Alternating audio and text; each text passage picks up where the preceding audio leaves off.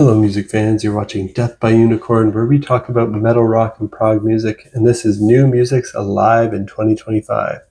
I'm going to talk about not one, not two, three, four, five, six, seven, eight new albums that came out over the past week, and I'll give my quick first impressions of them, and I'll talk about them in my order of preference, starting with Amorphis and their album Borderland.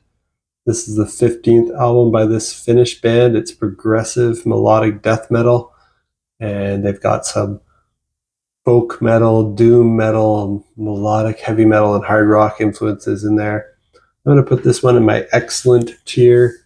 I'd never listened to an album by Amorphis before this one. I did go back and listen to the previous one after I listened to this, just to kind of get a feel for one of their other albums. Both excellent albums. I knew from the sounds of the singles from this new one, Borderland from Amorphis, I knew it would be right up my alley. And every song on the album's great. Some of my favorites at the moment are Tempest, The Lantern, and Bones. If you're a fan of progressive melodic death metal, I think you'll like this. If you like melodic death bands like Scar Symmetry, Dark Tranquility, Arch Enemy, In Flames, and Soilwork, it's kind of got a bit of those vibes, but then more progressive flair from the likes of similar to bands like In Vain, Persephone, Opeth, and Winter Sun, but also even some doom influences for fans of Catatonia and folk influence, kind of like how Orphan Land brings in folk into their progressive metal, progressive death metal stuff. Now, some moments even gave me this progressive power metal vibes, like for fans of Evergrey. So I really like the vocals on this from Amorphis. They have clean vocals that are beautifully done with catchy anthemic hooks, and they also have deep growling vocals that provide great heaviness and contrast from the really catchy hook vocals. And I like the production. The sound was good, how the guitars sound, how there's keyboards, synths, and strings that make everything sound epic. And I like the compositions, how the songs take you on an epic journey. They dabble in odd time signatures, they have cool key changes, and they always remain so melodic, but so intense at the same time. Very intense, very heavy, very powerful, all while being melodic and interesting. So that's Borderland by Amorphis. Next up, this one was close. It was hard to pick between these two, which one to talk about first, but another one that I'm really enjoying is by Revocation, and it's called New Gods, New Masters. And this is their 9th album. They're an American progressive technical death metal band. Some thrash metal influences in here too for Revocation, and I'm also putting this one in my excellent tier. I love the last album by Revocation, Nether Heaven from 2022. Thought that was excellent as well. And they really just know how to play guitar. If you want to hear crazy guitar playing, this is the one from this week, although there's a lot of good guitar playing on my list this week. But yeah, Revocation, a step above Amorphis in the guitar playing technicality department. If you're a fan of Fallujah, I think you'll like this.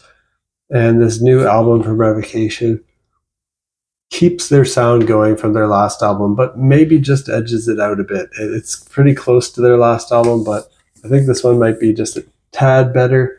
I also think fans that like the Faceless will like this one from Revocation. The guitar is just crazy. It's adventurous, similar to the Faceless.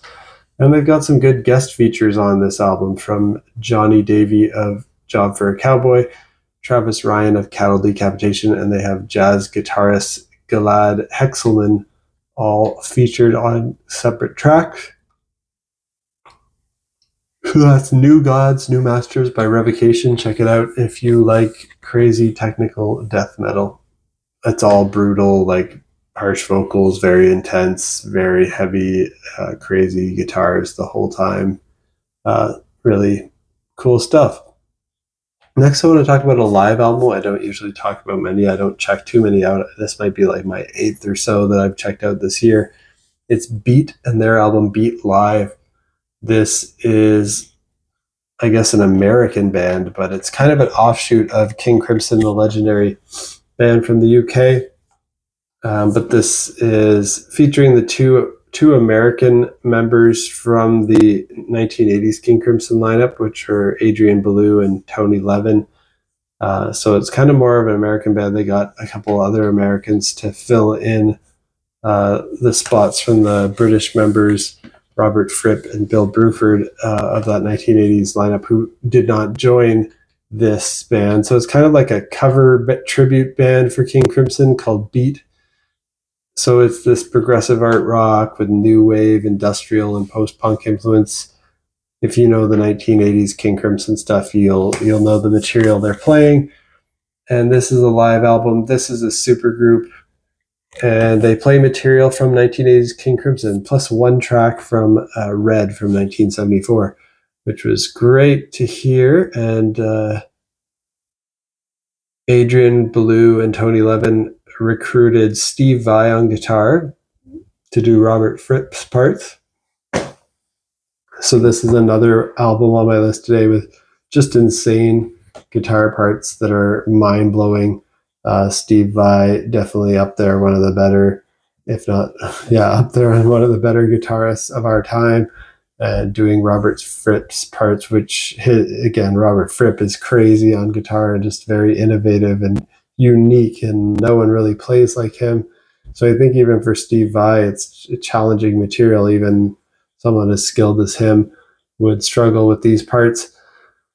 And then we have Danny Carey on drums. Danny Carey of Tool fame, doing Bill Bruford's parts. These are all very talented musicians. I saw some clips on YouTube of them playing this stuff already ahead of time, so I knew this would be top-notch playing. It really is. So this live album, it's an hour and 51 minutes, so it's a lengthy listen, but it's an hour and 51 minutes of amazing playing on this very unique, innovative, and interesting music from 1980s King Crimson, which I love their 1980s stuff.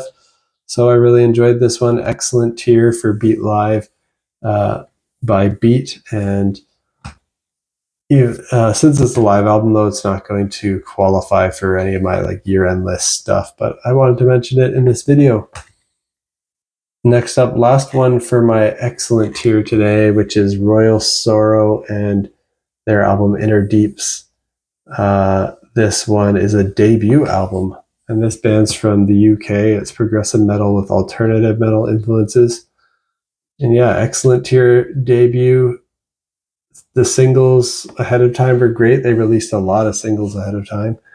And if you're a fan of bands like Leprous, Carnival, Devin Townsend, Tesseract, I think you'll like this. It's a bit less progressive than those other artists I mentioned, and it's more accessible, but it's still a bit progressive. It has djenty guitars, catchy vocal hooks, mostly clean vocals, but there is the odd, harsh scream here. Just lots of great guitar riffs and headbanging moments here from Royal Sorrow on their debut album Innerdeeps. So check it out if you want to hear a cool, new, interesting band. All right, now we're into my very good tier. Didn't quite cross the threshold for excellent, but I want to mention an EP here by Elder called Liminality / Dream State Return. It's just a 2-track EP by this American psychedelic progressive stoner rock band that has doom metal influences. And this band was formed in the US, but they've relocated to Germany. And I think the last album by Elder, called Innate Passage from 2022, is excellent work. So I was really looking forward to this. And I really should just do a deep dive on their discography and listen to everything Elder have done, because they're great. This is just 2 tracks.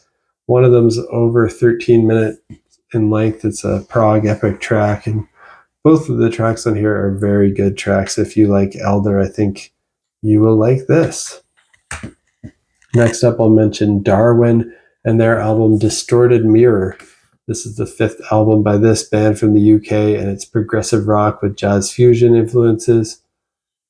And I thought their last album was very good as well, so I was looking forward to this. And this one kind of continues that sound and that quality. Very good stuff here from DarWin. This group started as a masked one-man unit, and then he got Simon Phillips as a drummer and co-producer. So the three main members of the band here are DarWin on guitars, then Simon Phillips on drums, who is the drummer of Toto from 92 to 2014. And he's also done sessions with Mike Oldfield, Judas Priest, The Who, and more. So Simon Phillips is a notoriously great drummer here. Then they have Matt Bissonette on vocals, and he's actually a famous bass player. So it's interesting to hear him taking lead vocals here. But he's played bass with Elton John's band, ELO, and Ringo Starr. So this is kind of a super group. These people all have amazing resumes, and they also feature Mohini Day on bass, Greg Howe on guitar, Jarek Sherinian, formerly of Dream Theater, Sons of Apollo, currently in Whom Gods Destroy. They feature him on keyboards, amazing keyboard player. Andrew Freeman does vocals on one track on here. So the music here from DarWin is great. The playing's phenomenal. Everything is technically perfect. But to me, it's lacking a bit of memorability, originality. Not a lot to latch onto for me as a favorite. The vocals remind me a bit of Neil Morse. The guitar, bass, keyboards, and drums, they're all just amazingly performed, really great. Some of the rhythms sound almost African, and those African rhythms with progressive rock and jazz fusion style songs have this amazing guitar playing, which reminded me a bit of Trevor Rabin's album Rio, which I enjoyed. So check it out if you like that album, or if you just really like amazing playing. If you like any of these performers, check out Distorted Mirror by DarWin. And next I want to talk about Paul Meany and his album Forever Phase. This is the debut solo album by this American artist, and it's alternative rock with electronic, indie rock, soul, psychedelic rock, and post-rock influences. I'm also putting this in my very good tier. And Paul Meany is known for co-producing and collaborating with much of 21 Pilots' work since 2017. He's also done production for Pierce LaVale, and he's done some for Youngblood. So he's well known as a producer, but then outside of production, he's most notable for being the lead singer and keyboardist for the alternative rock project Mute Math. He's been the sole member of that band since 2017. So I'm not sure why this album hasn't come out under that Mute Math project, but this album has great, beautiful vocal melodies over synthesizers and electronic beats with nice atmosphere, reminiscent of post-rock music. Very good tier album here, though it's not my usual style of music. I did really enjoy it. Not sure how much I'll come back to it, but I respect it. So that's Forever Phase by Paul Meany. And last on my list for today is a legendary singer from Led Zeppelin, Robert Plant, with a solo album called Saving Grace, his 12th solo album by this amazing artist from the UK. And it's kind of folk rock with Americana, country, and blues rock influences. I'm just going to put this in my good tier. Probably wouldn't have listened to it if he wasn't Robert Plant of Led Zeppelin fame. This one's credited to Robert Plant with Susie Diane. She does some vocals on here too. And then Saving Grace, the name of the album, is named after the band that Robert Plant's been playing with for over 6 years. And I did enjoy this. It's not really my style, though. One track that I really enjoyed, though, was Everybody's Song, which had more of a Middle Eastern vibe to it. The rest here is pretty well executed folk rock Americana songs with Robert Plant's vocals, and he sounds great for his age. So there's nothing wrong with this. It's just not really my style or something that grabs me. And that's it for my first impression of these 8 albums that came out over the last week. What did you think of these albums? Let me know down in the comments. And did anything else come out recently that you think I might enjoy? Also let me know. If you like metal, rock, and prog music, you're in the right place. You're watching the right channel. I talk about it pretty regularly. Every week I post my first impressions of new albums that came out that week. And at the end of every month, I put my top 10, which reminds me we're getting close now to the end of September. So it's probably about time for me to start thinking about what my top 10 albums of September 2025 are. If you want to see those, hit the like button, hit the subscribe button, stay in the loop on when I post new videos. My next video will probably be my top 10 of September, although I might also put out my October album release radar video too, talking about what I plan to listen to in October. So those are probably my next two videos. And then stay tuned to hear my first impressions of new stuff I'm listening to as it comes out. And until then, peace out.